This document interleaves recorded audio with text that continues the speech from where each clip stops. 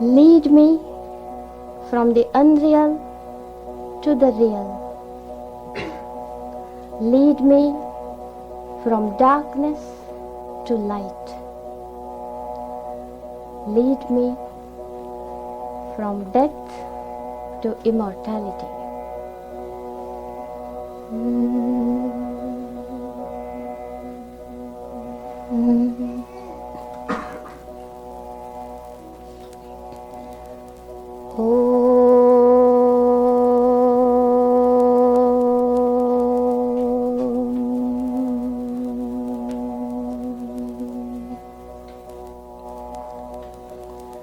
Asato ma sadgamaya tamaso ma jyotirgamaya mrityormamritangamaya asato ma sadgamaya tamaso ma jyotirgamaya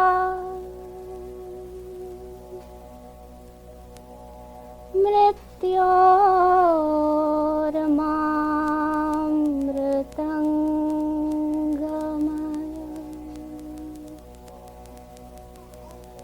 Om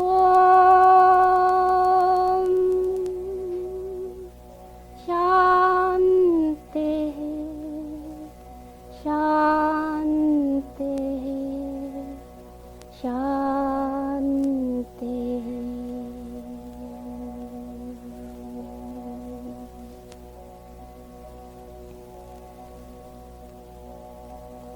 I bow down to the Guru, who is the embodiment of the bliss of Brahman, the giver of supreme beatitude, the one eternal, ever pure, dwelling beyond the dualities, the impersonal, the immanent, the all-pervading reality.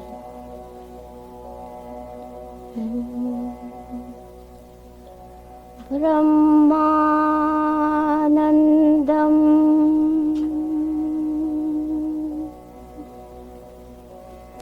Paramasukhadam Kevalam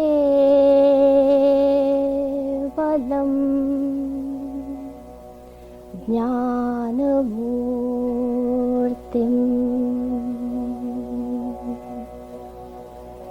Brahmanandam Paramasukhadam Kevalam Jnanamurtim Dvandvatitam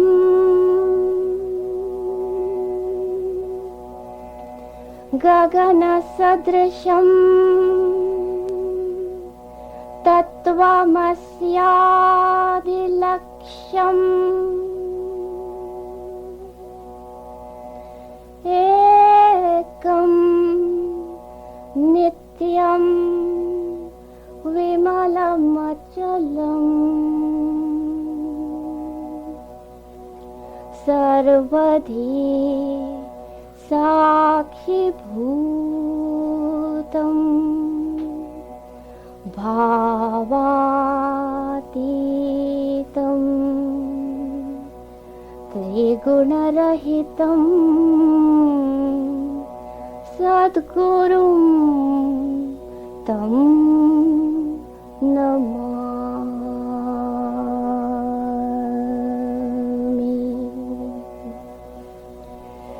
नित्यं शुद्धं निराकारं निराभासं निरञ्जनं नित्यबोधं चिदानन्दं गुरुं ब्रह्म नमाम्यहम्।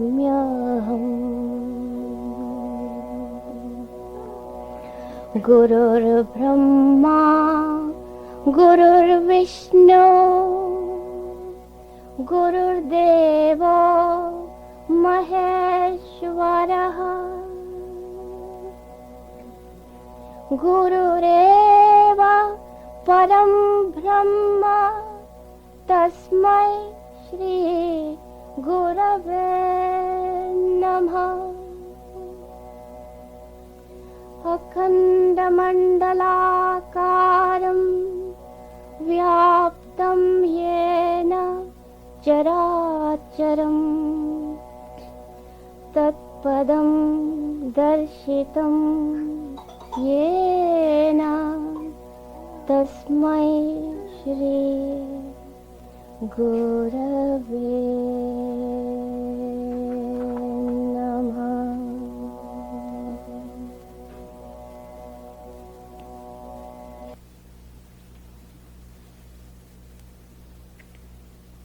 वेदान्तेषु यमाहुरेकपुरुषं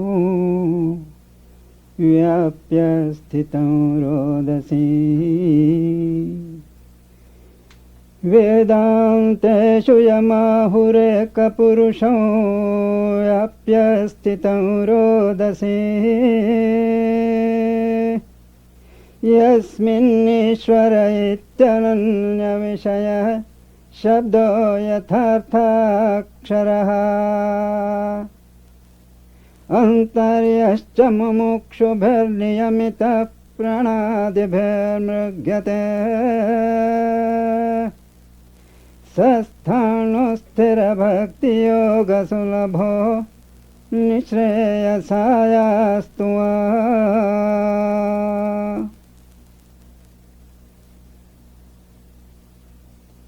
He who is lauded as the Supreme Person in the scripture, he whose name as the Lord justifies itself in every way, he who is stationed inside of each one and is searched through the regulation of breath and other means, may he shower his benedictions for your all-round weal in life.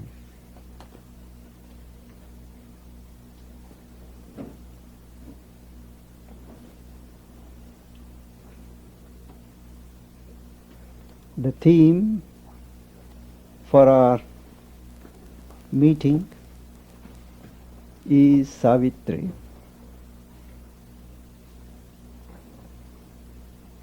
The divine grace.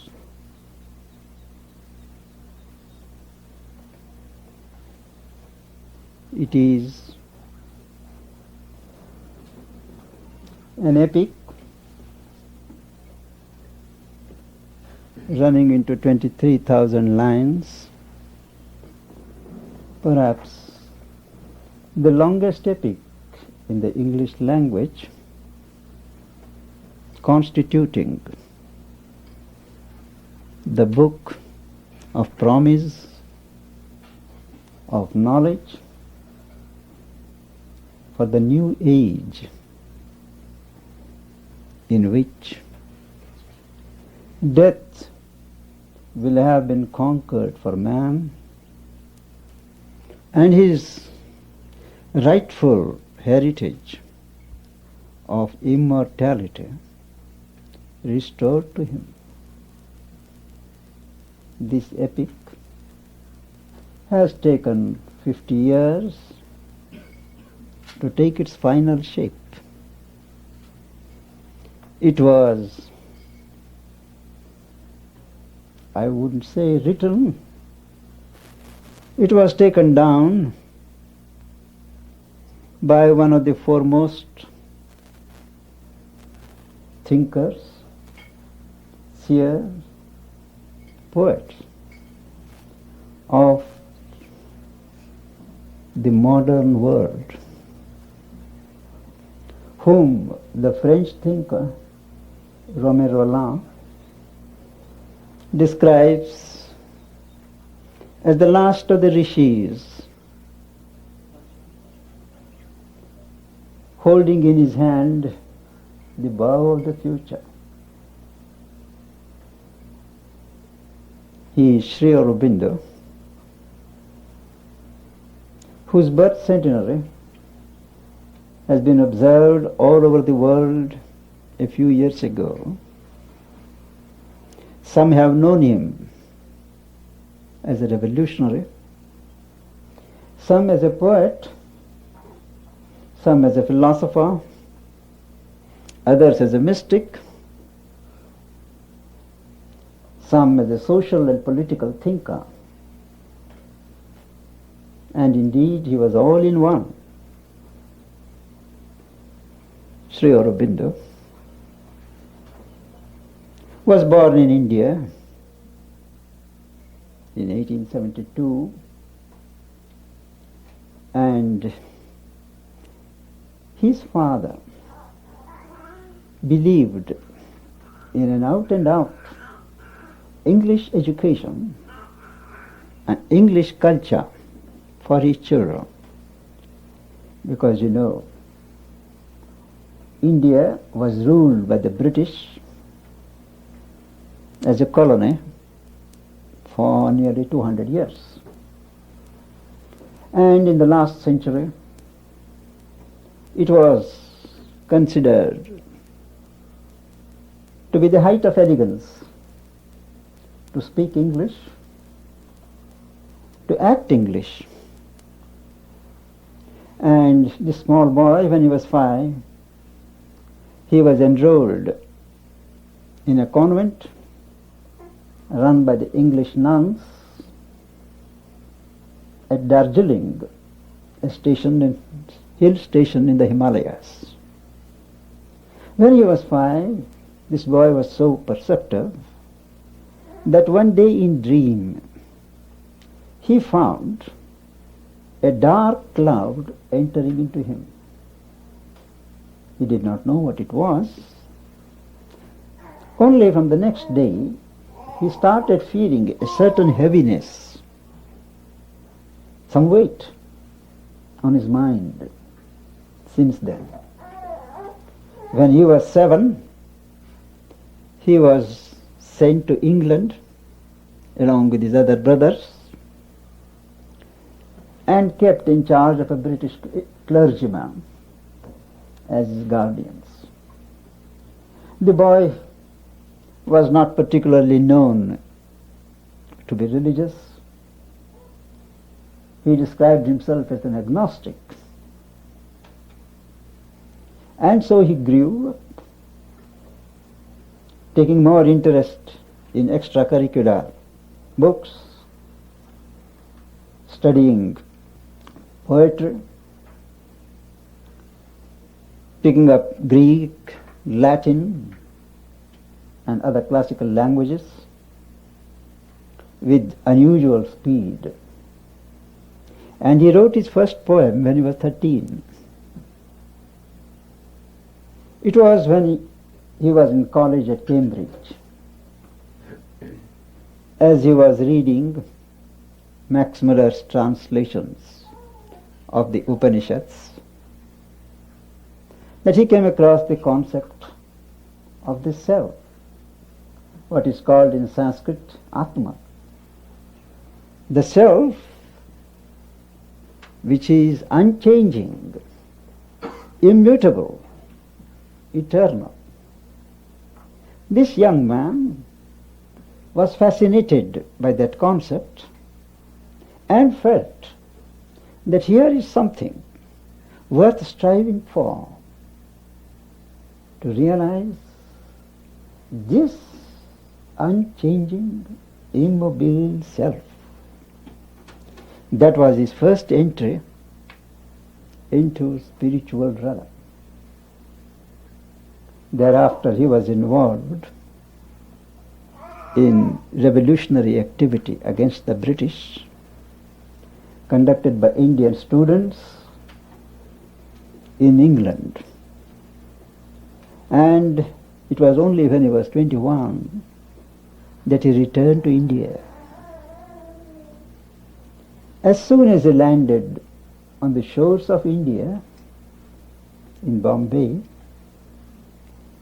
he found a massive descent of peace over him. It was an extraordinarily solid calm that possessed him. And that very moment, that feeling of heaviness, which was there from his 5 years of age, it left him. And the peace, the calm continued for months together. He joined service in one of the states in India, teaching French, English, and started learning with the aid of teachers his own mother tongue, Sanskrit, acquainted himself with the scriptures, the culture, and the history of India. It was during this time that once when he was going in the city on a horse carriage, there was a possibility of an accident. He willed that there should be no accident. And a luminous Godhead surged up from his being, controlled the situation, and averted the accident. A few years later, some of his friends wanted to visit a temple on the banks of a river near the city. Sri Aurobindo was not particularly interested, but to oblige his friends he went. And in India, in temples we always have an idol, either a stone or bronze or wooden, which people worship as representatives of the divine. Well, when he went, it was the temple of the Divine Mother, called Kali. The friends went inside. He stood outside and just peeped in from the road. And it was not a stone image that he saw, but the World Mother looking at him wide-eyed. That was another capital experience that he had. Still later, when he had been to Kashmir in the Himalayas, one day while walking on the ridge of a hill, he found everything disappearing around him. He had the realization of what is called the vacant infinite, an infinite extension without forms and names. He was later to write sonnets on this experience of the vacant infinite, and also on that experience where the personal Godhead controlled the situation of the accident, and also the stone goddess he got involved in politics because everyone was concerned in freeing India from slavery to the British. And at that time, someone asked him, "Would you not like to do yoga?" He said, "No, I am not interested. I am more interested in winning freedom for my country." But he was told, "But yoga will give you power, the power to achieve your aspiration." And then he said yes. At that time, when he was wondering what power it would give, his brother had very high fever. For days together, he was running high temperature. At that time, one of the wandering ascetics, you will find plenty of them in India, just barely clothed, matted hair, beard, one bag on their shoulders where they would keep whatever grains and things people give and eat things at night, and a staff, nothing else. They are the wandering sentinels of God. No property. They will not stay under one roof for 2 days. That is the understanding of their station in life. And that is why they are respected by the entire society. It is considered a privilege if one such person comes to our household and they give alms as offerings to God. Now that gentleman, one ascetic came, and when he saw this young man having temperature, he asked for a glass of water. A glass was brought which was half full of water. He took a small stick and cut across the water, and the temperature came down to normal. Sri Aurobindo was convinced, yes, yoga can give power over material things also, not just spiritual realization. And he started practicing, what is called pranayama. Pranayama is regulation and elongation of breath. You control the life force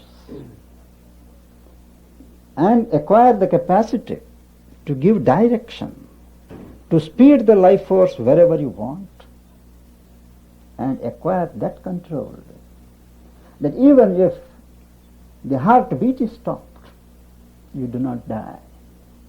Even if you don't take food, material food, you don't starve. You draw energies from the universal life ocean around you. Sri Aurobindo practiced that, and he found, he writes, that while before he could write about 10 or 15 lines of poetry within a certain period, after this exercise he found that he used to write 300 to 400 lines.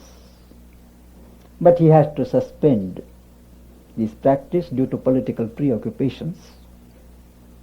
He left his secure job, involved himself in revolutionary movement. The government arrested him and put him in jail on a trumped-up charge. And when he was in jail, he was wondering why. He had been incapacitated, kept out of the field of action. He was studying the Gita, which is an important scripture in India, and trying to follow the practice that was enjoined in that text. One day, somebody passing by that cell, those cells don't have walls, they have only iron bars, so that the sentry can always see whether the prisoner is there inside or not. So when somebody was passing, he observed that this gentleman was sitting 1 foot above the ground. He couldn't believe. He called other people and see, look at here. And he was meditating. So afternoon, when they met him, they said, you are levitating, you are sitting above the ground. He said, I don't know, I did not know. That is, during that practice, certain changes take place in the body, freeing the physical body from the operation of Earth's gravitation. Levitation is a fact. It is well known in India, even today. And one day, when he was taking his walk during the permitted period in the compound, he found the usual big tree missing.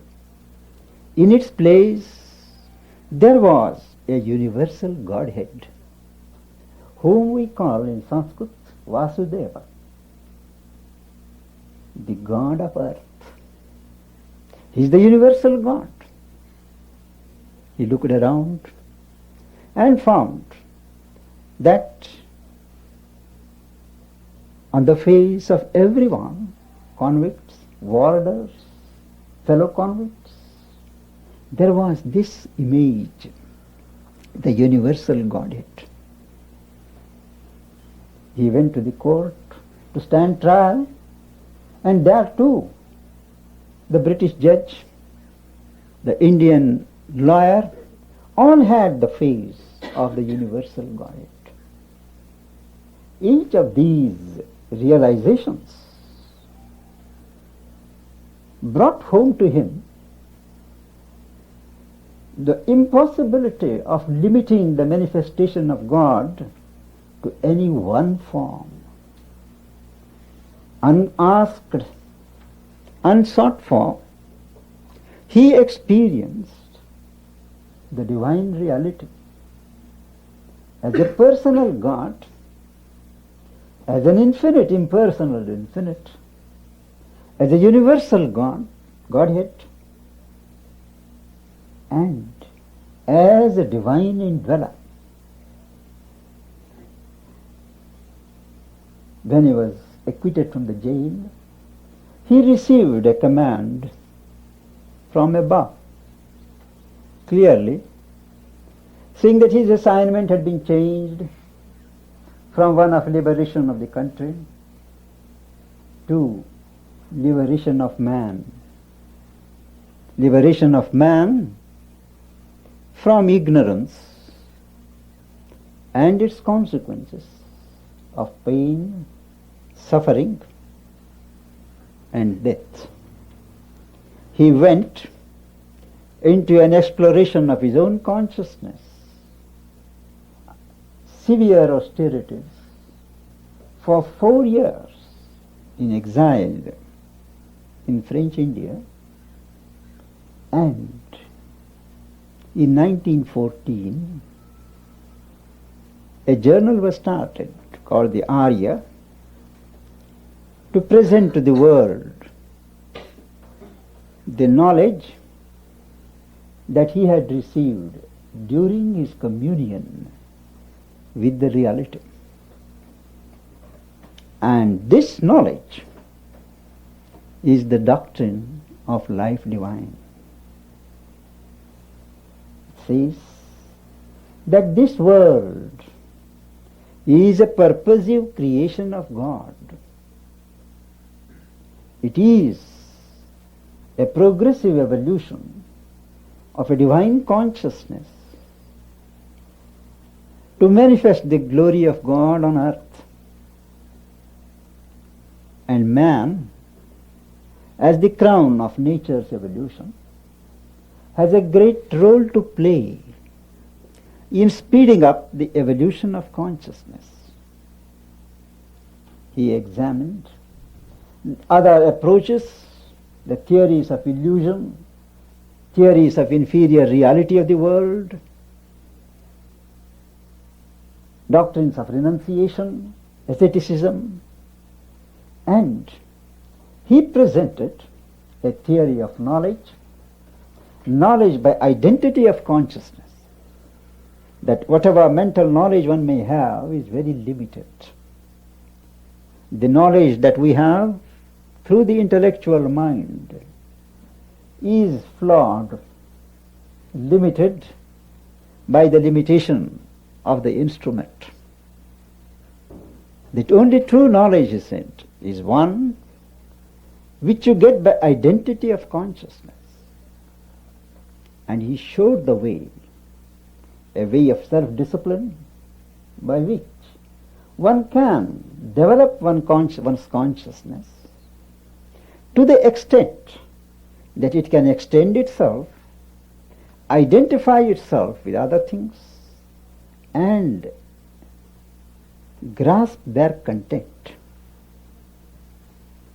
He not only presented the metaphysic of life divine, envisaging the growth of a Gnostic community, Gnosis, the truth consciousness, promising divine life for man,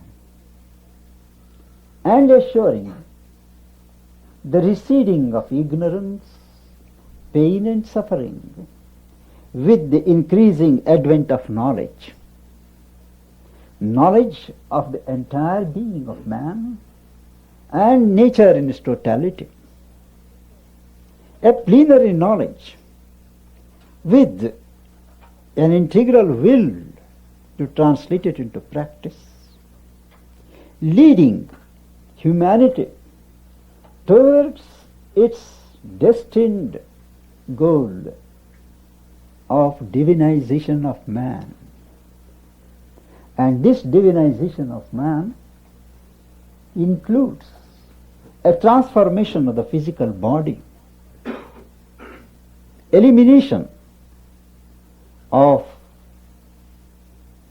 disintegration, decay and death. These 3 volumes of Life Divine that he has written are considered by critics to be the major works of the 20th century.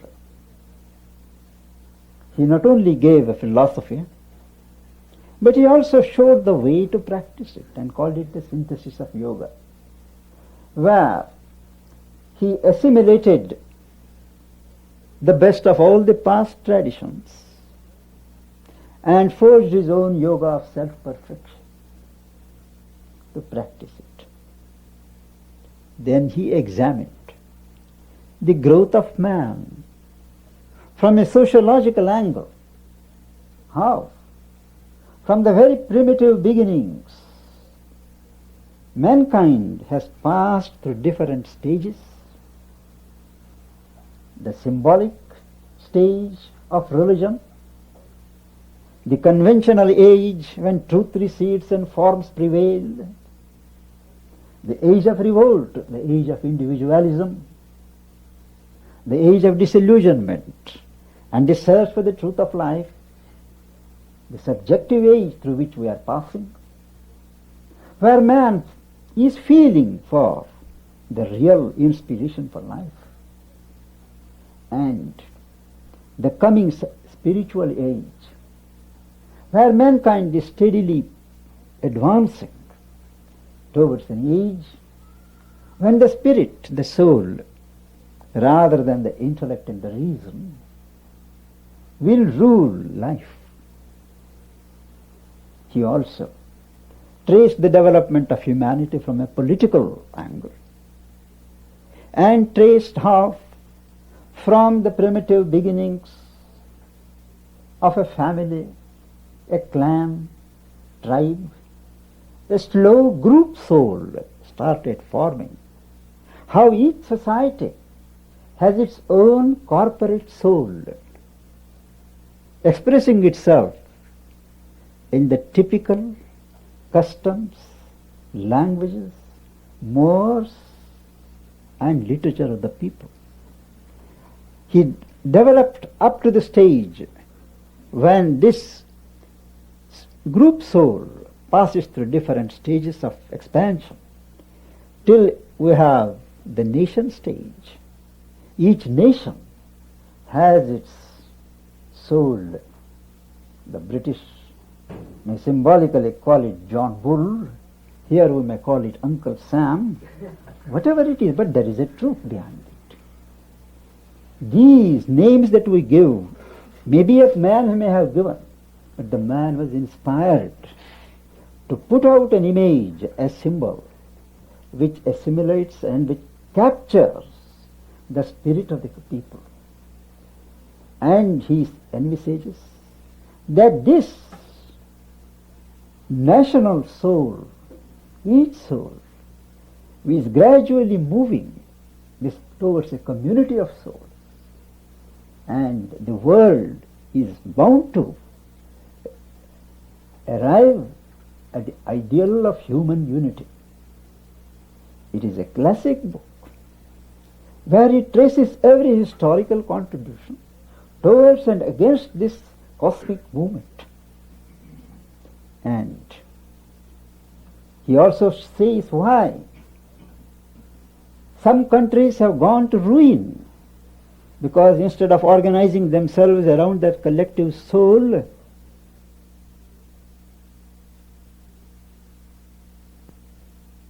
just as Germany did in the First World War, repeated again in the Second World War, Japan did in the Second World War, where they ignored the real spirit and tried to project their ego and aggrandize its interests in humanity.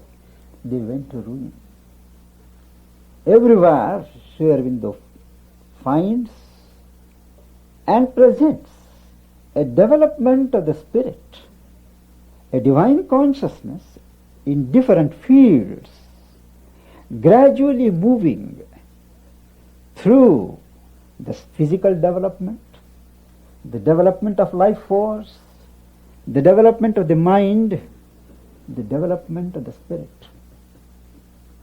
Religion, mysticism, yoga, all these, each one has played its role. And today he says we are moving towards an age when man will surpass himself. The very gods are waiting to help him. And through various vicissitudes, man is arriving at a point when either he has to exceed himself or he has to cancel himself, go the way of the mastodon and the other creatures whom nature cast aside because they could not embody further consciousness. Man alone, Sri Aurobindo says, is capable of undergoing transmutation of consciousness without change of form. At every stage in evolution there had to be change of form. A movement which misled Charles Darwin to say that form is important and consciousness follows the form. The truth, however, is that it is consciousness that is interior, and it is consciousness that builds a home for itself. When it strives to develop a further grade, it plans in advance certain physical changes that will enable the form to house the emerging consciousness. And from this spiritual point, the development of consciousness, he studied, he wrote a number of studies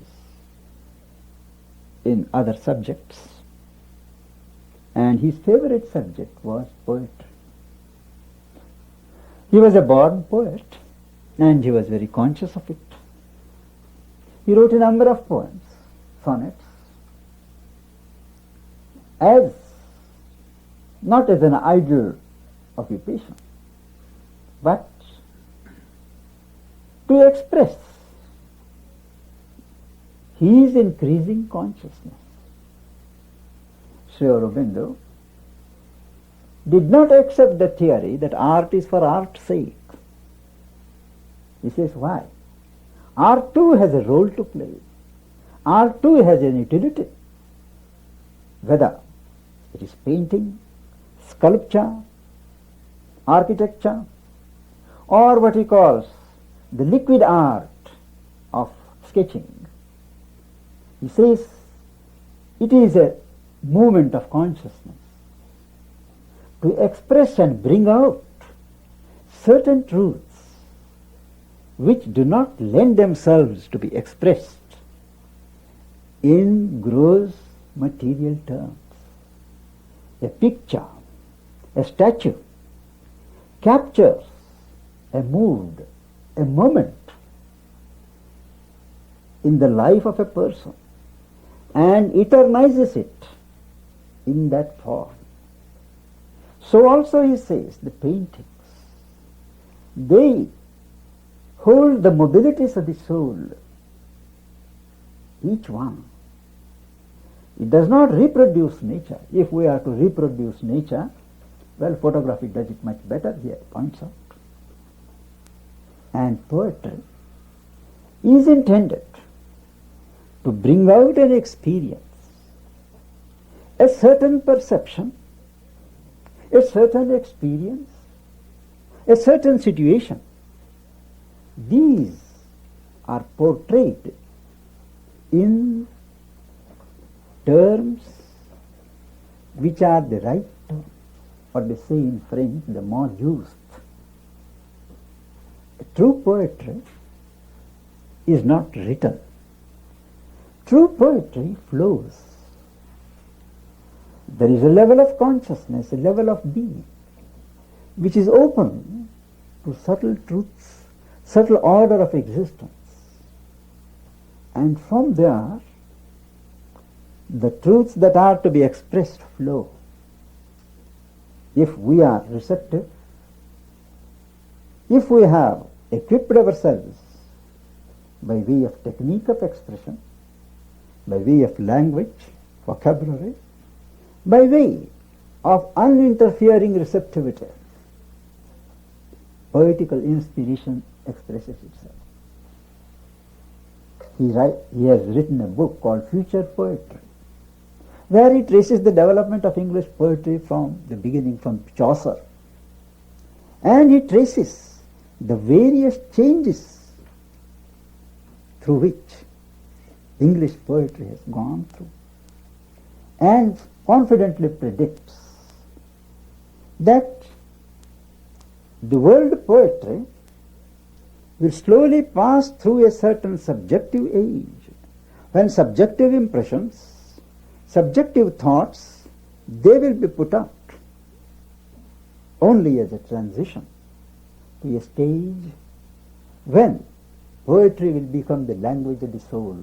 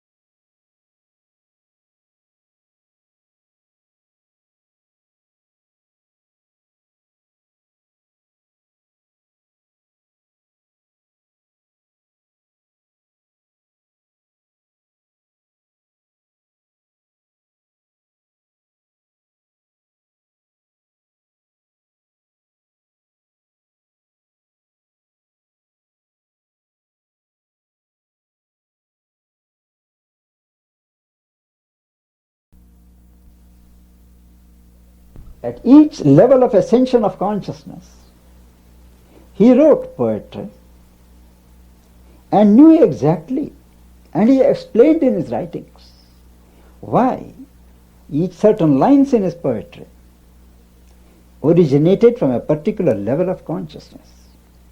He illustrated from Blake, Shakespeare, Marlowe, and other writers, poets, how certain lines originate from a lower inspiration, what you may call the vital inspiration of life force. Some are purely mental, and some proceed from a spiritual level, level of love, level of identity, level of truth perception. And he started writing this epic somewhere in 1905 and completed it in 1950. This poem underwent as many as 21 revisions in certain places. When he was asked, if you are receiving inspiration from a higher level, why do you at all need to revise? He said, the revision also comes from that level. He, in his yogic development, he had stopped the process of thinking. His thinking mind was not functioning. It was stilled into silence. And all that he thought, all that he wrote, all that he spoke came from a still higher level. You know, man has so many minds, levels of mind. We speak as if it is only the reasoning mind, the intellectual mind, that is everything. When man, the primitive man, the first mind, the level of mind on which he functions is the sense mind. Because it is the senses that bring data, reports from outside, and the mind acts upon it. That is called the sense mind. Gradually he develops a faculty. He doubts whether all that the senses say is correct. He develops a certain discrimination, and a reasoning mind is formed. This reasoning mind, however, depends upon data that are objective, outside. As he develops a thinking mind, independent of whether the thing that is thought about is in existence or not. Thinking of ideas, concepts, that is the next stage. After the thinking mind, there is the ideative mind, where you live in a realm of ideas which have not yet assumed a thought form. From the idea mind, you go to the higher mind, where knowledge comes to you not one thought after another, but in masses of thoughts. You see things in one perspective. That is the higher mind. Still above is the illumined mind, where knowledge comes to you in flashes. First is the moment of light, flash. Thereafter follows the moment of thought. Still further, you have the intuitive mind, where you spontaneously grasp the truth as it is. There is not the laboring process of mind thinking or drawing conclusions. You want to know a thing, and there is a spontaneous perception or a rising of an idea. Yes, this is that. Intuition is that an edge of truth. It is a direct ray from the sun of truth. And this intuition functions either as truth audition. We hear the truth, inspiration. We see the truth, truth revelation. We sense the truth. The intuition is active in the touch, so that if I want a particular page, when I open it, it exactly goes there.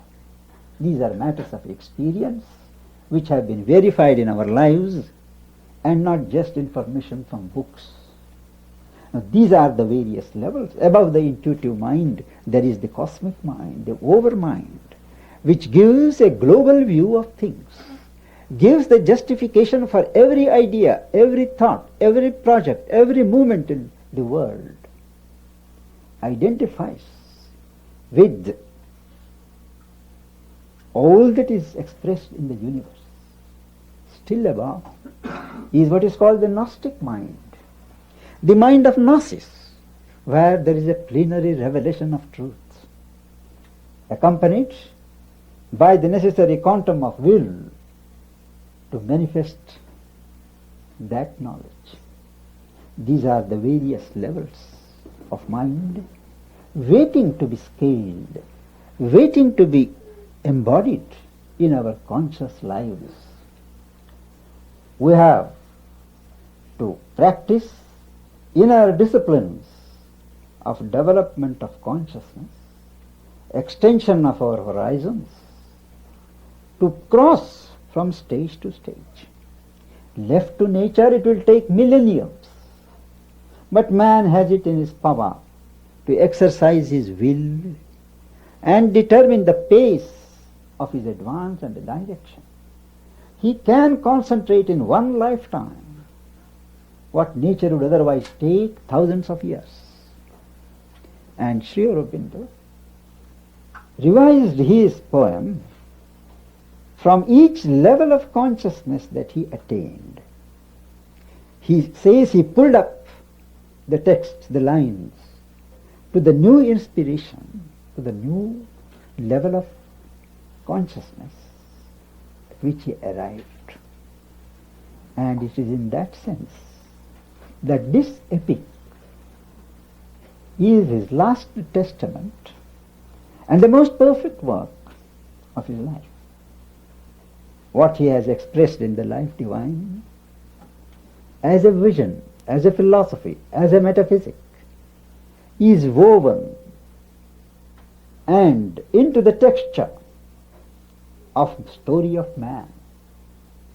It contains accounts of the life and development of humanity, right from the very early beginnings, when there was nothing else except, as the seers say, darkness wrapped in darkness, when all was fragmented and all was in water.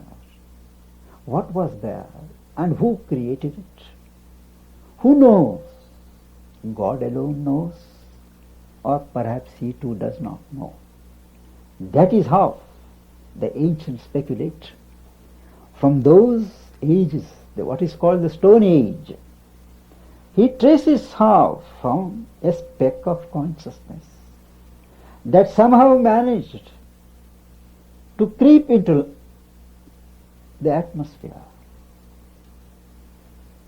Humanity has come a long way. God has come a long way in fashioning man. And true to the description of an epic, he gives the latest developments in science, in thought. He weaves those concepts and imageries in the poem, the ancient and the modern. There is also a futuristic element when he anticipates what leaps of consciousness man is on the verge of taking.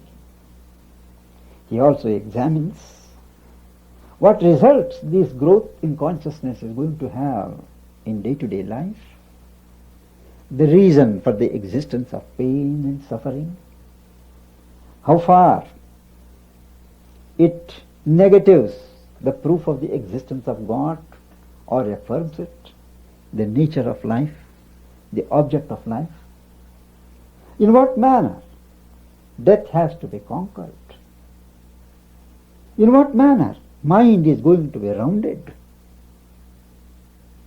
in what way our human psychology has shaped itself, how Our sympathies become our torturers. How? Man is truly an embodiment of a divine spark which goes on developing into an entity, into a flame, into a person. All the technological concepts, developments in art, paintings, all these have been naturally imbibed and presented in the course of this epic, describing nature in her moods, cataclysms, the development of ideologies and philosophies, the gospel of the atheist and the agnostic, the birth and the limitations of religion, the philosophy of history, and many other themes have been organized around one capital idea, that man, in the measure in which he grows into a divine consciousness, gets control over the forces of death, shapes his own fate and destiny, and it is a divine grace that comes in human form and delivers him ultimately from the jaws of death, giving him immortality, turning this world into a world of light, making matter a transparent robe of the spirit.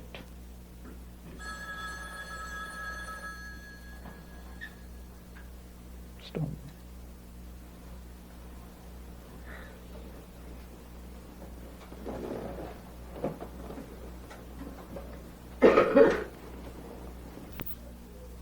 Is not designed, constructed, or formed by the mental intelligence. Some truth which is to be expressed, that is first received, dwelt upon in the consciousness, without effort. When one is ready, when one is gifted, the idea, the truth that clothes itself in the form of the idea, hovers round the person, gets into the consciousness, and the person broods over that in his being. When it has been fully assimilated, it finds its just expression. And when it is expressed, it becomes like a spring, communicating to the reader, to one who utters that, who reads it, the same experience that the poet has had before expressing it. So a mantra is both a means for the ascension of consciousness for the poet, as also for the communication of that consciousness to the world, to those who are ready in the world, to reach out that realization. There are a number of mantras that way. A mantra is not necessarily a one syllable or one word, but there can also be a series of words having a natural connection. And when these mantras are recited, uttered, they bring about a certain change in the consciousness of the reader. Ordinary poetry we enjoy, we admire for its elegance, portrayal of emotions. There it ends. It is a decoration. It is an ornament. But a mantra is something powerful, dynamic, that is capable of bringing about a revolution in the consciousness of the person who dwells upon it.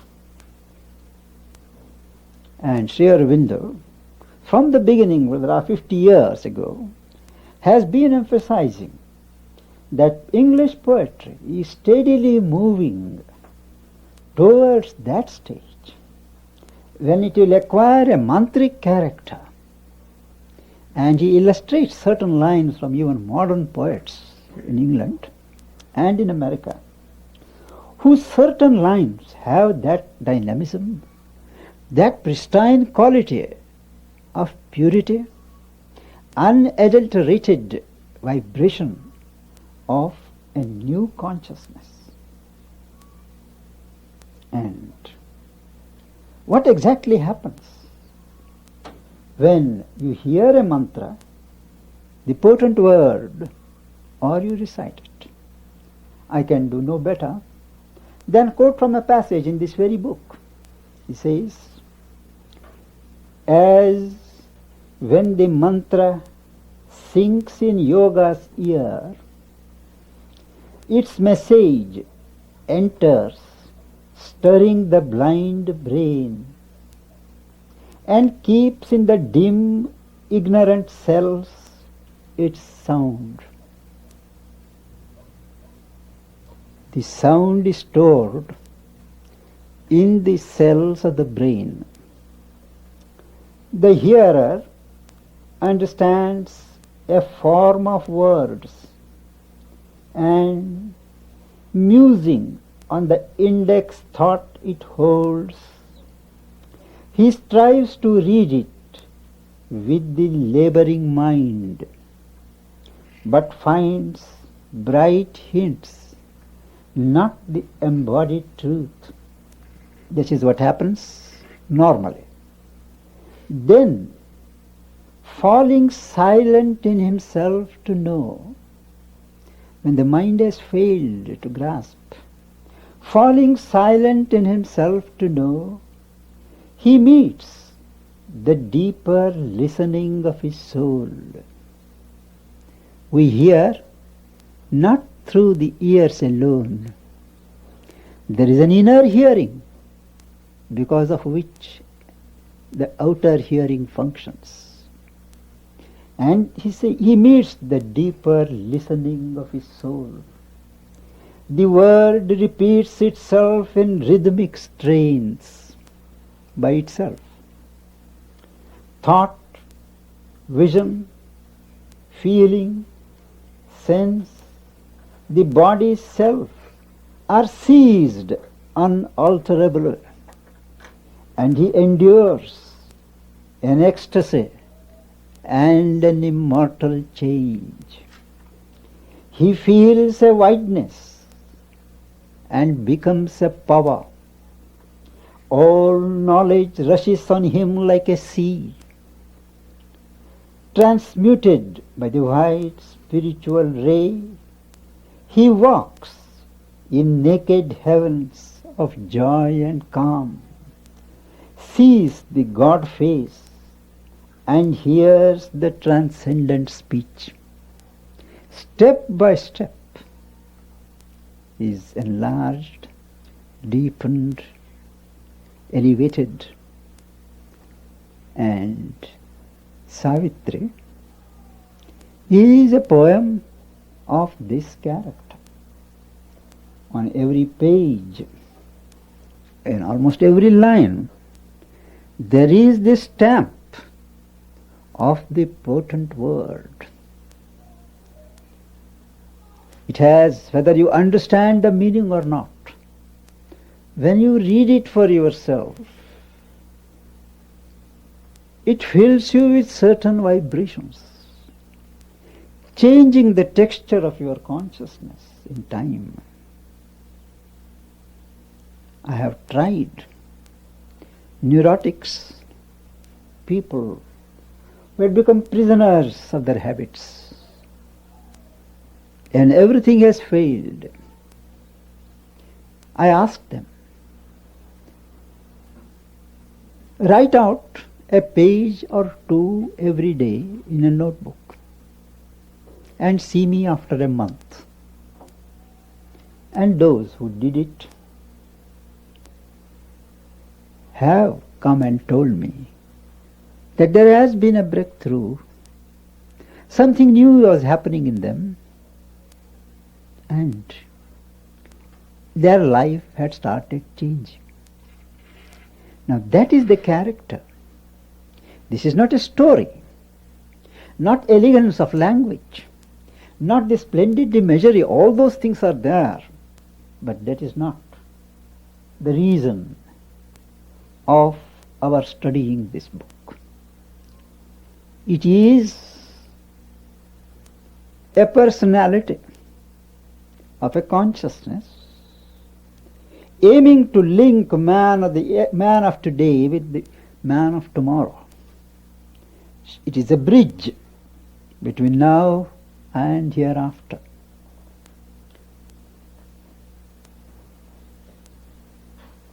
The mother once said that if you have a problem, a perplexity, and you did not know what is the question, what is the answer, what is the solution, if you have faith, she said, put a penknife anywhere, a paper cutter, and put your finger where you are led. And most likely, if you are in that quiet receptivity, you will get the hint, the answer there on that passage. This too has been verified and found useful. I am not promoting the sale of this book, mind you, but putting before you certain facts of experience so that you can better appreciate what we are going to study. He opens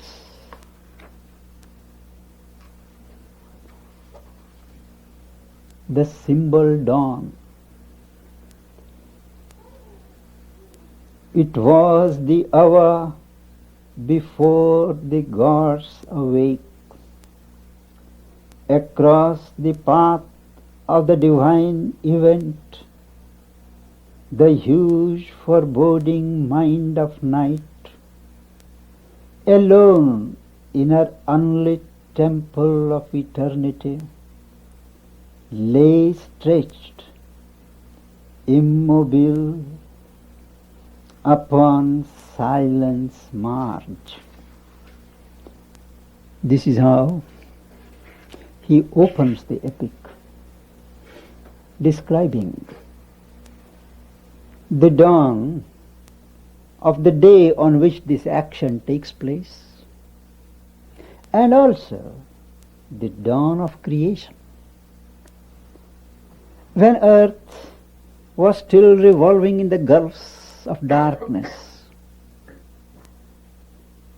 And in answer to the call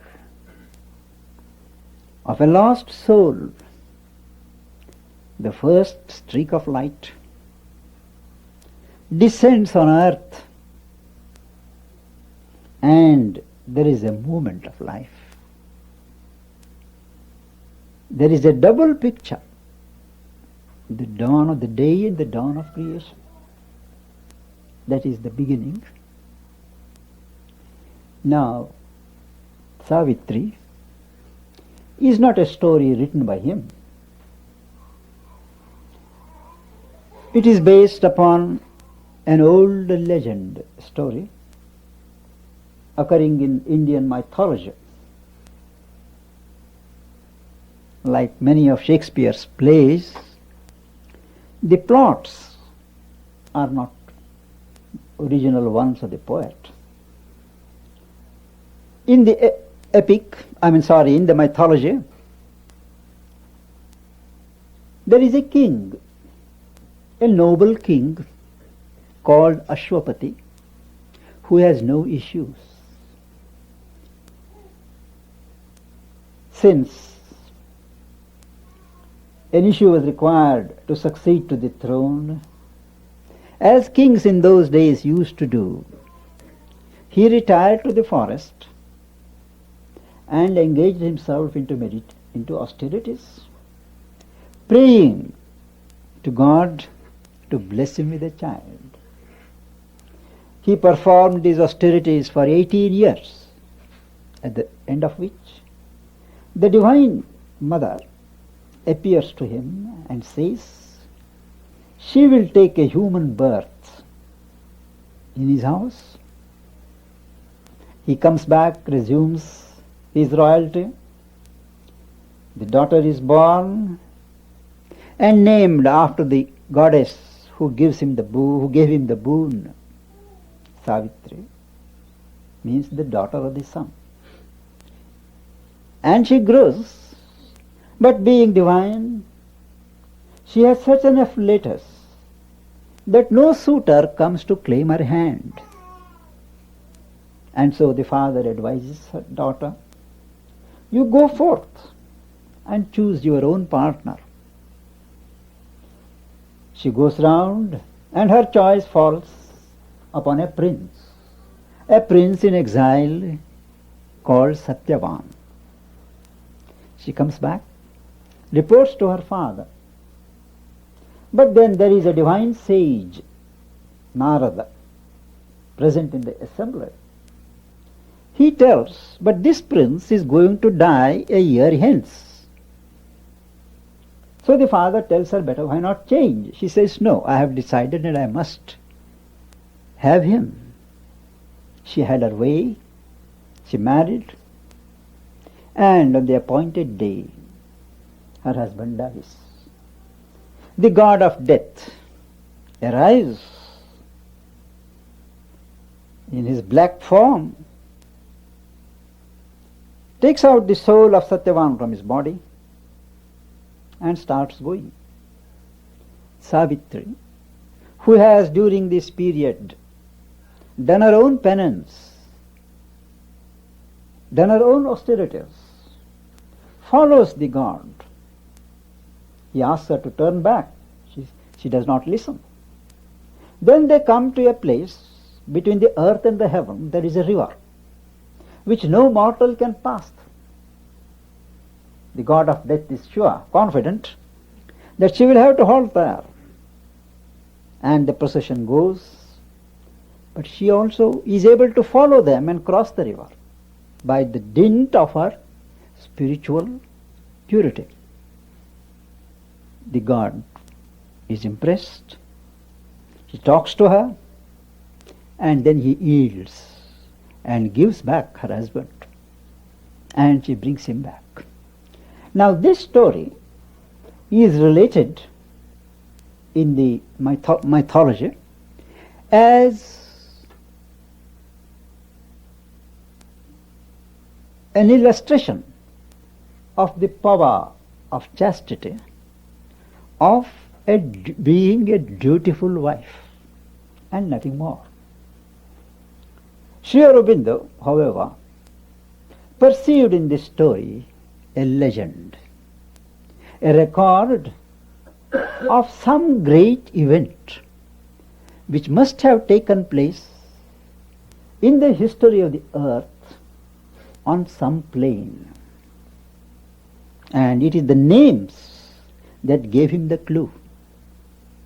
Now Savitri, Satyavan, the prince who dies, the name means he who holds the truth, he who carries the divine soul, that is man.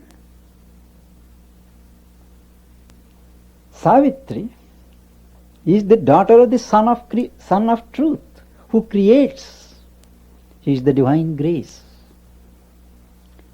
And Ashwapati, the father, means the Lord of force, the Lord of spiritual energy, only one who has mastered the life energies can father the human birth of a divine grace.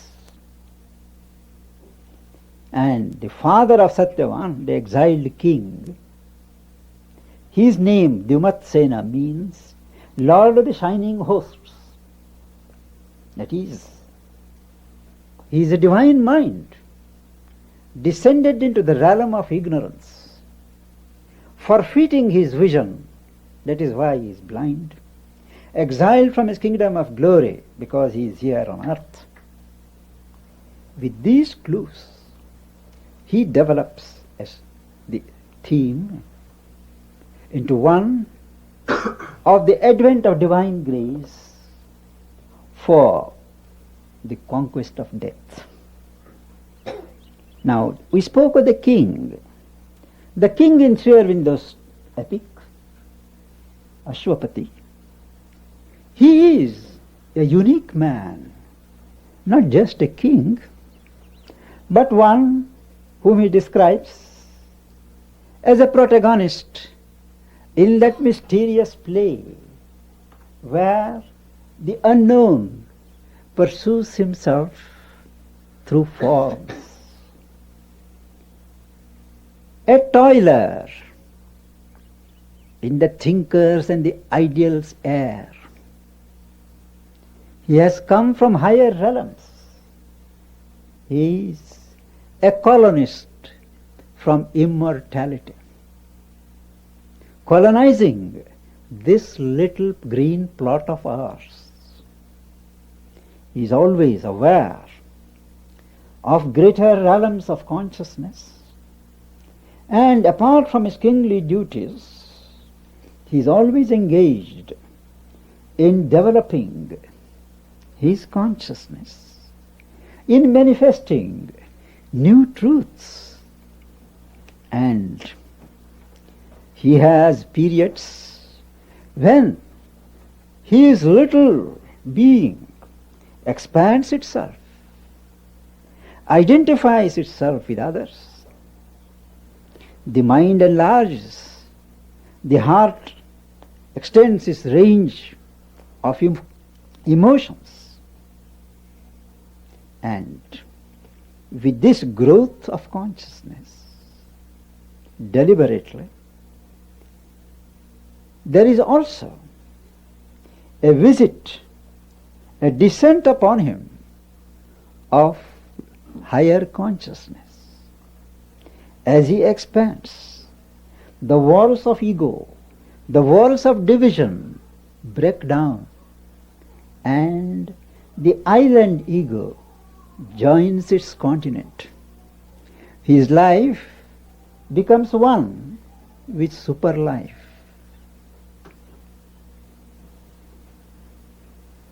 There is a periodical descent of higher consciousness.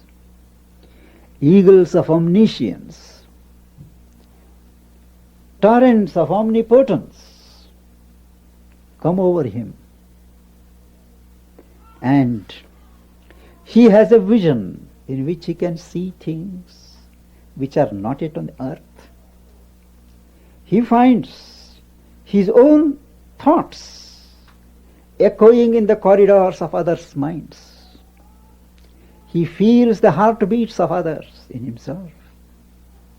The joys and the sorrows of other people flow into him, but he is imperturbable. Like an ocean receiving the waters of a river, he is calm. They do not affect him, but they reach him, and his help goes. And in his periods of concentrations of consciousness, his inner eye opens and he enters into the subtler worlds which are around. He finds himself at the source of things, at the origin of events, and gets a better perspective why things happen on earth in the manner they do. And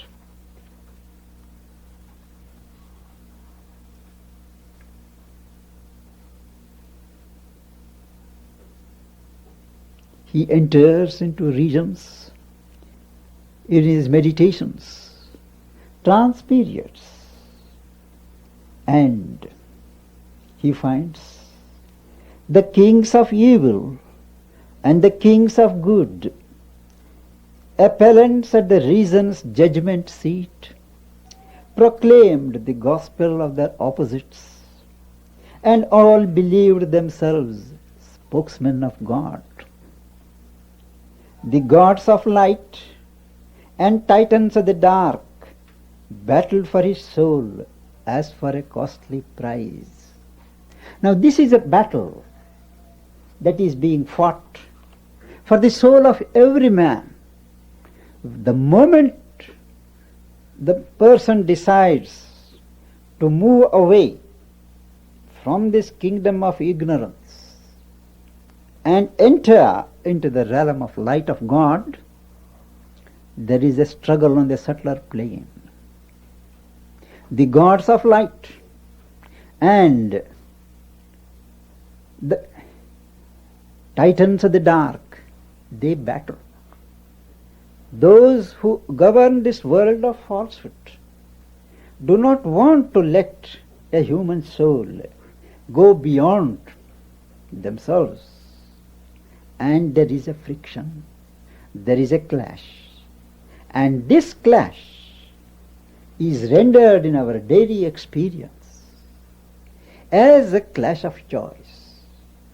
Whether we will do the right thing which takes us towards God, or yield to a temptation, do something that will retard our development, draw us away from God. This constant struggle between what we call the good and the bad,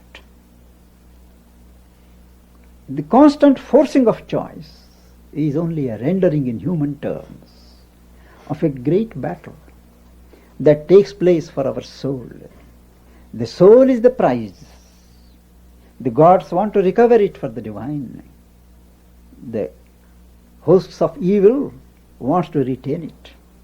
And Ashwapati has a vivid glimpse of how this battle goes on. And he understands situations, takes appropriate steps to put his weight always on the side of progress, on the side of truth. And one day he goes through the curtain of the mind and goes there where the wings of glory brood, where all is forever known, all the secrets of nature lie open like a map. And he has the vision and the wisdom to understand nature's covenant with God, how God suffers in the suffering of man, and why. All these he reads, and he has these ecstatic moods, ecstatic moments when he is completely uplifted. He gets the inspiration, comes like a shining hound of heaven. Bright hints, ecstatic moments, but as it happens in the life of everyone, these high moods of ascent, of progress, do not last forever. They fail after a time. We have what we call dry periods. And why? He explains here. The restless nether members tire of peace, We have restless members in us which get tired of this monotonous peace. A nostalgia of old little works and joys, a need to call back small familiar selves, to tread the accustomed and inferior way, the need to rest in a natural poise of fall. As a child who learns to walk can walk not long, replace the Titan will forever to climb. On the heart's altar, dim the sacred fire. An old pull of subconscious chords renews. It draws the unwilling spirit from the heights, or a dull gravitation drags us down to the blind-driven inertia of our base. This is an explanation why periods of progress are followed by periods of stagnation. The movement for long. There are parts in us which do not share in that intensity of aspiration. They pull you down to their own old accustomed movements. But this too the supreme diplomat can use. He makes our fall a means for greater rise. That is, God utilizes even these dry patches. He works behind the veil. And after his work is complete, at that period, you have a more intense aspiration. And you leap further than you would normally have. That is why he says, he makes our fall a means for greater rise. In this way, he, the king, Ashwapati,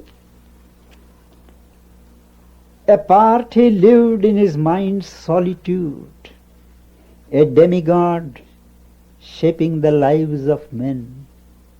One soul's ambition lifted up the race. A power worked, but none knew whence it came. The universal strengths were linked with his, filling earth's smallness with their boundless breadths.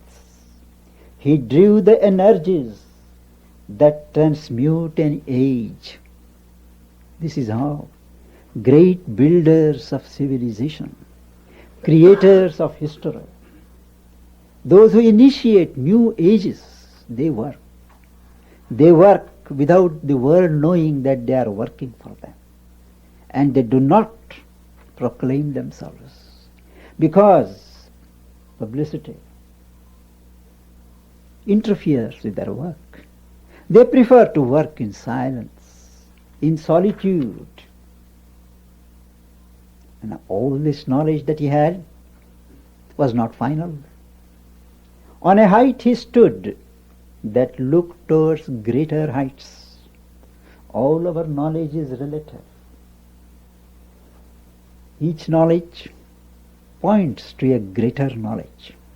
He says, our early approaches to the infinite are sunrise splendors on a marvelous verge, while lingers yet unseen the glorious sun. The splendors of dawn only point to the glorious sun which has not yet arisen. What now we see is a shadow of what must come.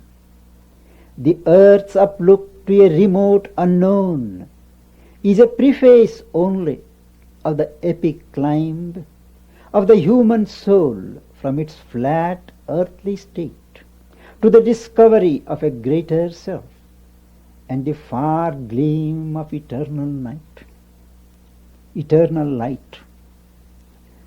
In this context, he is always avid of more and more knowledge. And he sits alone because in moments when the inner lamps are lit and the life's cherished guests are left outside, our spirit sits alone and speaks to its gulfs. This is a beautiful description of what happens or should happen during our periods of meditation. It says, in moments when the inner lamps are lit and life's cherished guests are left outside, all the thoughts, all the ideas, all the feelings are left outside, our spirit sits alone and speaks to its gulfs. This, a wider consciousness, opens then its doors